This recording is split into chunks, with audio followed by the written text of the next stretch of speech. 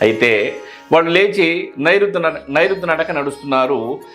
పడమర నైరుతి పెరిగింది. దక్షిణ నైరుతి ఆడవారి పైన, పశ్చిమ నైరుతి మగవారి పైన దాని యొక్క ప్రభావాన్ని చూపిస్తుంది. అంటే ఈ పశ్చిమ నైరుతి మగవాడికి, పశ్చిమ నైరుతి బదారిపోటు కానీ, పశ్చిమ నైరుతి దోషం కానీ మగవాడికి కత్తివేటు.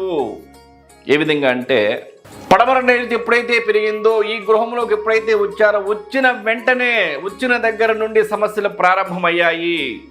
భార్యకి పక్షవాతం వచ్చింది. భార్యకి పక్షవాతం రావడంతో, భార్య మంచం పట్టడంతో మగవాడు హీనాతిహీనంగా ఆమెకి సపర్యలు చేస్తున్నాడు, సేవలు చేస్తున్నాడు, దుర్భిక్షమైన జీవితం అనుభవిస్తున్నాడు.